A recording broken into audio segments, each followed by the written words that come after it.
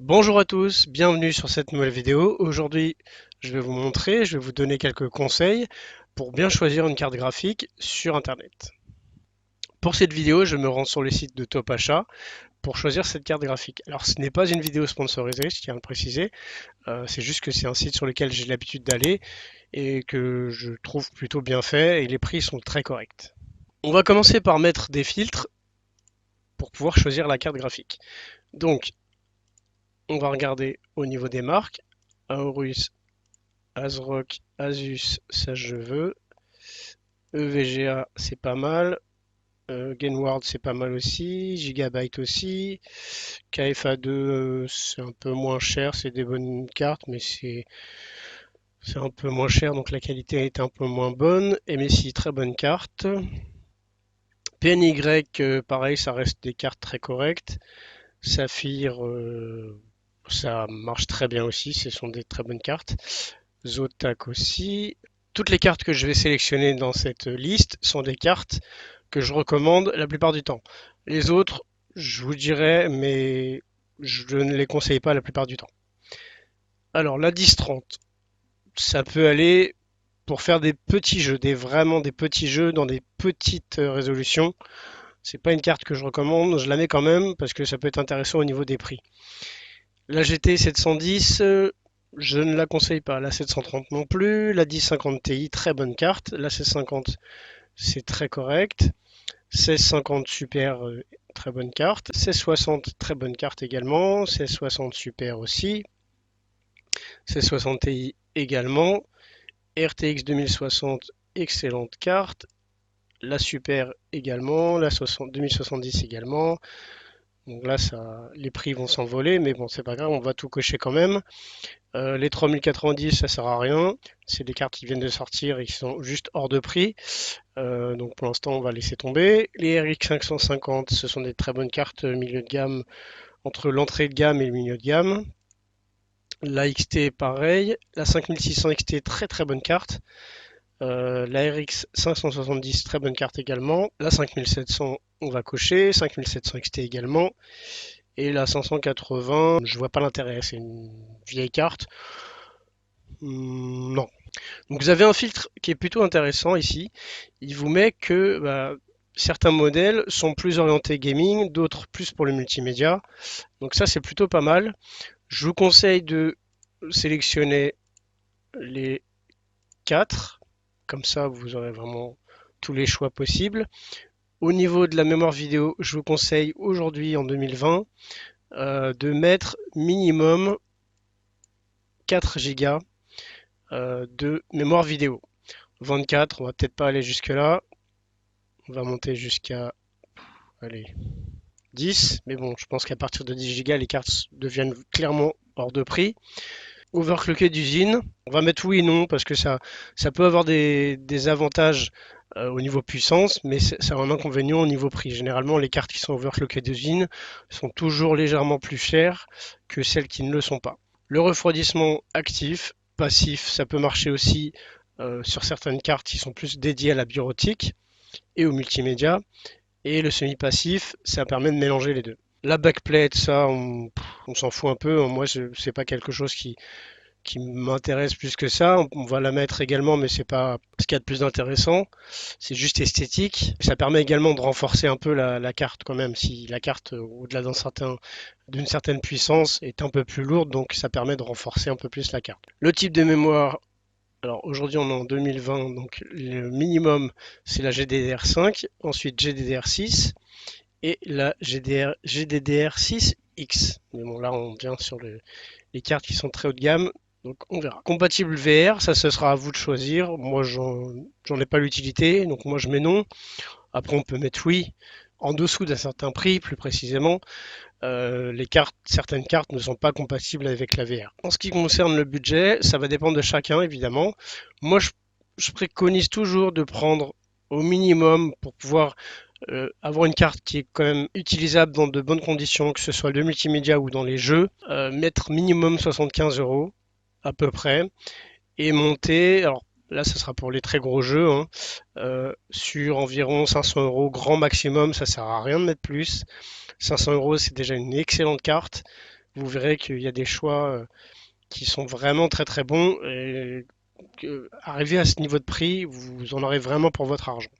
Alors, voyons ce qu'ils nous proposent. On a la KFA2 GeForce RTX 2060, One Click aussi. Alors ça veut dire que vous pouvez l'overclocker d'un seul clic, c'est-à-dire qu'il doit y avoir un petit outil qui doit être fourni avec.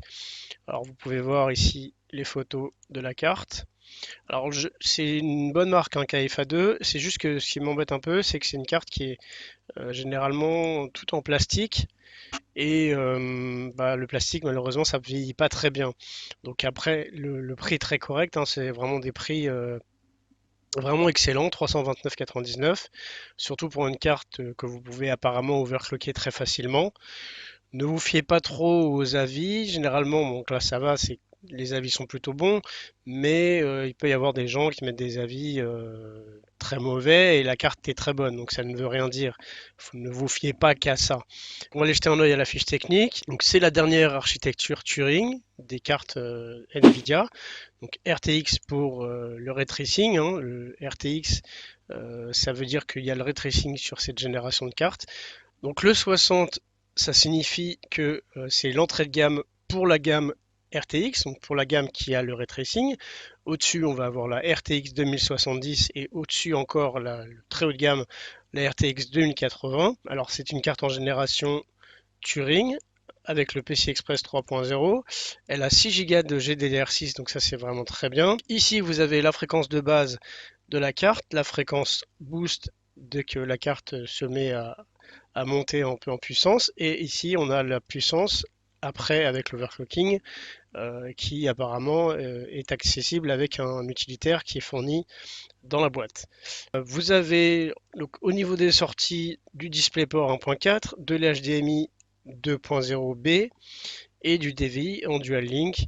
Donc ça c'est quand même pas mal. Pour connecter la carte, vous aurez besoin d'une connectique 8 broches. Et ici en dessous, vous avez les dimensions de la carte. Voilà, donc franchement pour le prix, moi je vous la recommande. C'est une excellente carte, vous pourrez faire tourner tous vos jeux, tous les derniers jeux AAA sans aucun souci, dans des résolutions 1080, même 1440, à plus de 60 FPS, ça c'est vraiment pas un souci pour elle. La 4K, vous n'y pensez pas, hein, ça risque d'être vraiment trop juste, mais au moins en 1080, vous pourrez jouer à tous vos jeux en ultra sans aucun problème et en élevé en 1440. On descend un petit peu, la GTX 1660 Super. Alors, c'est une très bonne carte que je recommande pour les PC qui sont un peu anciens et qui ont besoin d'un bon coup de boost avec une bonne carte graphique qui est pas trop chère. Alors celle-ci est à 249,99 donc c'est vraiment un super prix pour le jeu de mots, hein. GTX super, voilà, c'est fait. OC ça veut dire que c'est un modèle qui est overclocké d'usine et apparemment elle est compatible VR. Donc c'est une carte qui est vraiment très puissante, hein. C'est pas une carte entrée de gamme, hein. C'est une carte on est plutôt entre le milieu de gamme et le haut de gamme pour cette gamme-là, hein, encore une fois. On va regarder la fiche technique. La petite astuce à savoir, c'est que GTX pour les versions 16, donc 1660, 1650, 1660 Super, 60 Ti, c'est la génération Turing. Donc ça veut dire qu'il n'y a pas de RT Core, mais vous allez avoir toutes les autres technologies que les cartes RTX possèdent. Donc ça, c'est quand même un gros avantage. Le seul truc que vous n'aurez pas, c'est le ray tracing. Donc là, comme tout à l'heure, hein, très classique, on a 6 Go de GDDR6, les fréquences bases de boost, la mémoire, la gravure, les sorties, ça c'est important. Faites bien attention quand vous achetez un écran de ne pas vous tromper, avoir la bonne connectique pour pouvoir connecter votre écran à votre carte graphique. Et également sur votre alimentation, n'hésitez pas à acheter une petite prise en Y si vraiment vous manquez de broche 8 pins pour pouvoir connecter votre carte graphique. Donc franchement, 249 euros, moi je vous la recommande, c'est vraiment une excellente carte. Surtout si vous avez une config qui commence à dater un petit peu, ça va lui redonner un bon coup de boost et vous ferez tourner vraiment tous les derniers jeux sans aucun problème en 1080 et en 1440. Alors peut-être en baissant un peu les détails graphiques, mais en 1080, vous serez vraiment en ultra, vraiment dans tous les jeux. Ça, c'est vraiment pas un souci. Les RTX 2070, donc là évidemment c'est pas le même budget, 420 euros. Bon voilà, après ça va dépendre évidemment si vous avez le budget pour, hein. Avec une backplate. Donc vous allez voir que en fait donc la carte est plutôt généralement Gigabyte font des très très bonnes cartes. Là je pense que ça doit être, je sais pas si c'est de l'aluminium, si c'est du plastique, mais en tout cas d'après ce que je peux voir ici, ça a l'air d'être une petite partie qui est en aluminium. Peut-être que le tour est en plastique, mais franchement voilà, c'est ça une backplate. Une backplate c'est ce qui est en dessous de la carte. Généralement, ça permet de la maintenir quand la carte devient un peu lourde pour éviter qu'elle ne s'affaisse et qu'elle abîme votre port PCI Express. Donc ça permet de la maintenir et de la rigidifier. Mais au-delà d'une certaine gamme, je pense que toutes les cartes de génération, que ce soit des GTX 1660 ou 1660 Super ou même TI ou les RTX 2070, voire même 2080, qui sont quand même des très très grosses cartes, qui ont besoin de beaucoup de dissipation de chaleur, ce qui les chauffe quand même pas mal. Généralement, ils les fournissent toujours avec des backplates. Donc là, vous pouvez voir que la carte est quand même assez massive, hein. Elle prend deux slots. Je crois que c'est deux, voilà, c'est ça. Donc vous avez sur le dessin ici, sur la photo, le nombre de ports, le type de port. Donc ça, c'est du DisplayPort. Ça, c'est de l'HDMI. Et ici aussi, un autre DisplayPort. Là, c'est la petite grille avec les équerres de fixation pour que la chaleur soit dissipée. Et généralement, il vous montre aussi comment ça donne dans un boîtier. On va regarder la fiche technique. Donc, c'est évidemment l'architecture Turing. Cette fois-ci, elle a 8 Go de GDDR6, donc ça c'est vraiment le top, hein. Aujourd'hui, vous serez vraiment tranquille avec ce modèle en 2070. C'est vraiment des cartes qui sont très proches du très haut de gamme, hein. On arrive à jouer en 1440 en très élevé, voire même ultra sur certains jeux, et même peut-être approcher un peu la 4K sur des jeux qui sont un peu moins gourmands. Vous pourrez faire un peu de 4K dans certains jeux, pas tous évidemment, pas les très gros AAA, ou alors vous allez tourner à 15-20 FPS, mais sur certains jeux qui sont pas trop gourmands, vous pourrez activer la 4K dessus. Évidemment que ça gère la réalité virtuelle. Vous avez, comme je le disais, trois DisplayPort 1.4 et un port HDMI en 2.0B. Alors, il vous met ce qui est pas mal avec Topacha, c'est une carte qui est très énergivore, donc il vous préconise d'avoir minimum 550 watts. Attention, ça ne veut pas dire que vous devez avoir uniquement une 550 watts dans votre boîtier.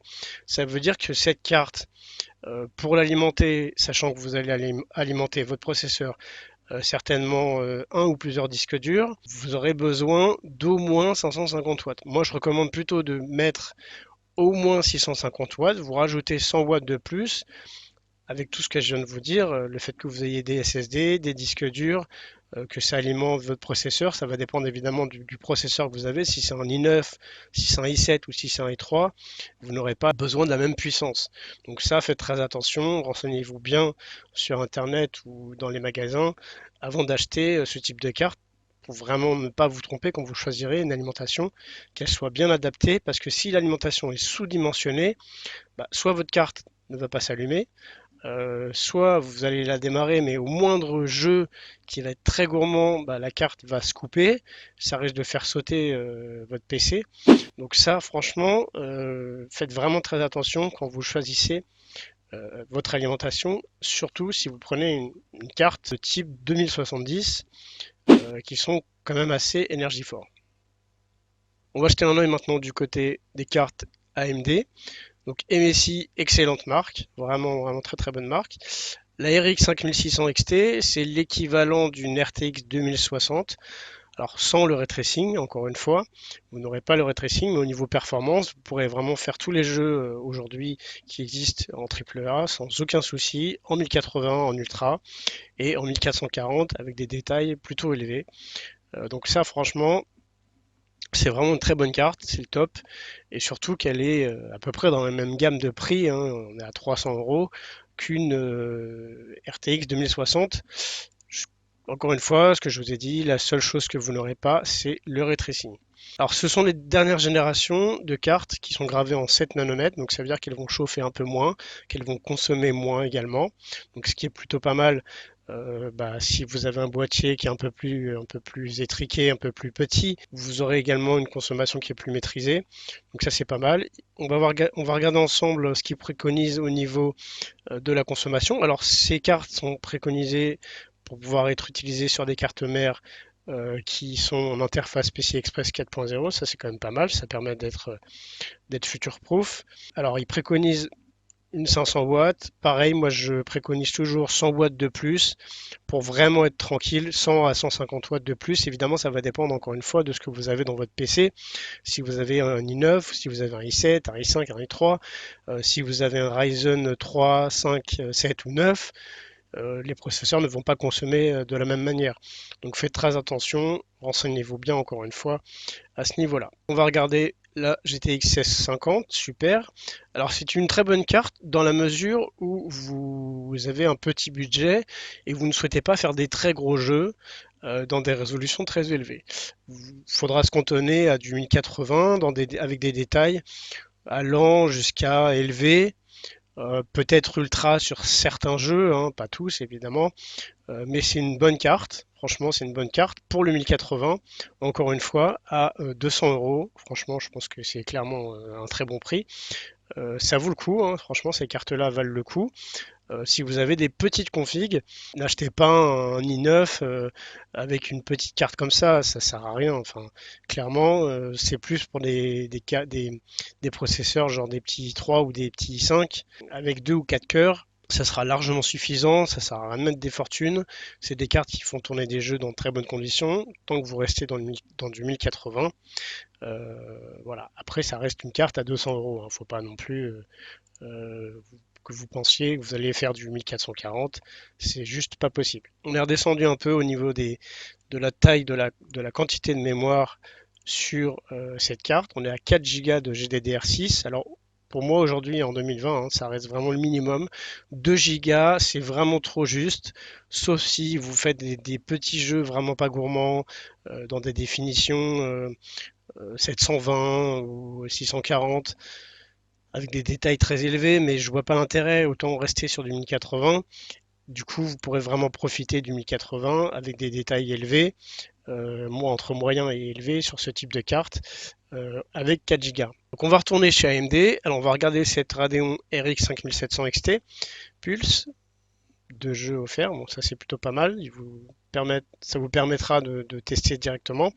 Alors la RX 5700 XT, c'est l'équivalent à peu près chez Nvidia, à peu de choses près, hein. Encore une fois, vous n'aurez pas le RTX, euh, de la RTX 2070. Donc c'est pour dire à quel point c'est une carte très performante. Donc encore une fois, on va jeter un œil à la fiche technique.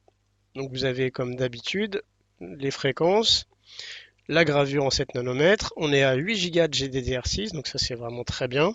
On a le TDP, on n'a plus l'alimentation qui est recommandée. On a un TDP de 241 watts. Alors le TDP, je rappelle, hein, c'est ce que consomme la carte globalement. Donc pour ce type de carte, je conseillerais plutôt de mettre 650 watts à peu près, avec évidemment la config qui va bien, comme je l'avais dit précédemment, pour que vous ayez une expérience de jeu vraiment très bonne. On va retourner chez AMD, on va regarder cette petite carte. Alors, c'est Radeon RX 570, c'est une vieille carte qui date de quelques années maintenant, qui est toujours bonne, hein, franchement. Elle est capable d'afficher pas mal de choses en 1080, encore une fois, ça reste du 1080p. Elle a 8 Go de GDDR, alors je crois que c'est de la GDDR5, si je dis pas de bêtises. Oui, c'est ça, GDDR5, donc c'est quand même assez conséquent, hein. C'est quand même assez rare d'avoir des cartes avec 8 Go de GDDR5, surtout à ces tarifs-là. Alors vous me direz, c'est bizarre, la carte elle a 8 Go, c'est quand même des grosses quantités de mémoire vidéo, et elle est qu'à ce prix-là. Bah oui, parce que cette carte elle a quand même, j'ai pas envie de vous dire de bêtises, mais je pense qu'elle a plusieurs années déjà. Donc je pourrais pas vous donner la date exacte, mais je pense qu'elle doit dater au moins de 2017. À l'époque, c'était vraiment une carte très performante et elle l'est encore aujourd'hui pour du 1080.